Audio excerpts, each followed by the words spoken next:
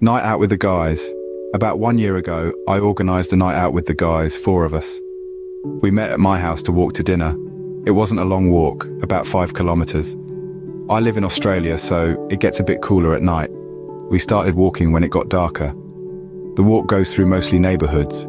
It's a middle-class area, and there's hardly ever any crime, just a break-in now and then. Around halfway, there's a shortcut straight through the Australian bush. It is a concrete path, but it is hardly maintained. It's roughly 1 kilometre of the path, and then you get to the shopping centre that way. Even in the day, the path is dark because it sits in the middle of an old, dried-out creek with 2 large hills on either side. There is a steep drop in the middle of the path, so it was pretty fun to ride down on your bike as a kid, though it was better maintained back then. We got to the bush, and as I said, it was getting darker, so I got my phone light out to see if any snakes might sneak up on us. Wouldn't be the first time. As we got to the steep bit of the path, I jokingly shoved my mate Tom into Connor.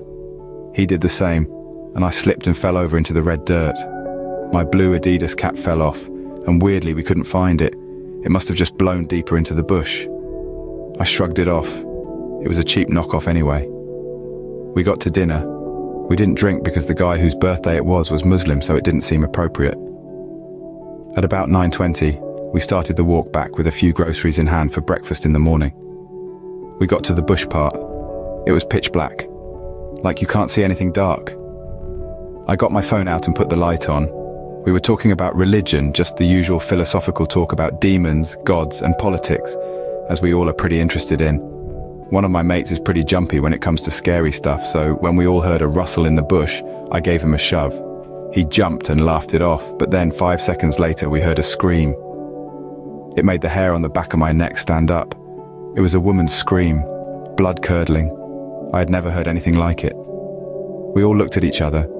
We kept walking in silence, a bit faster the way we were going. I couldn't justify what I heard, so I ignored it. Before we got to the steep dip of the hill, I took one look back. I saw a light, like a phone light, flickering among the trees. My heart raced as I turned back to my friends, trying to act nonchalant.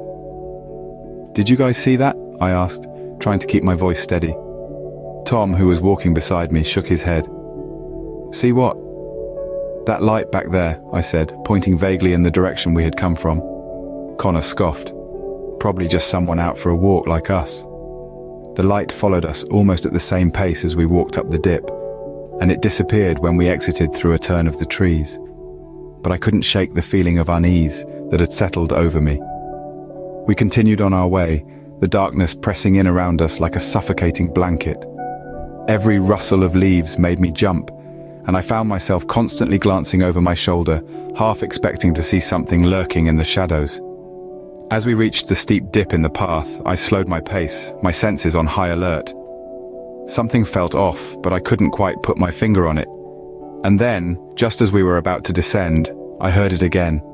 The same blood-curdling scream, echoing through the night. But this time, we were walking towards it. This time, there was no mistaking it. It was the sound of someone in unimaginable agony, their voice raw with despair and suffering. My blood turned to ice in my veins as I realized that this was no ordinary scream.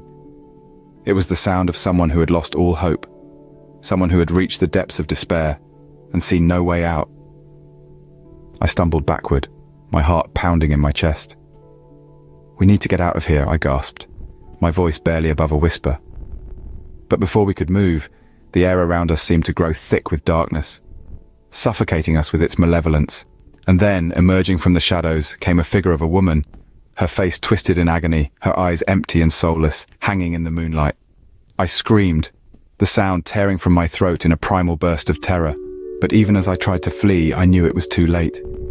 We were trapped in a nightmare of our own making, haunted by the spectre of someone who had chosen to end their life in the depths of the Australian bush.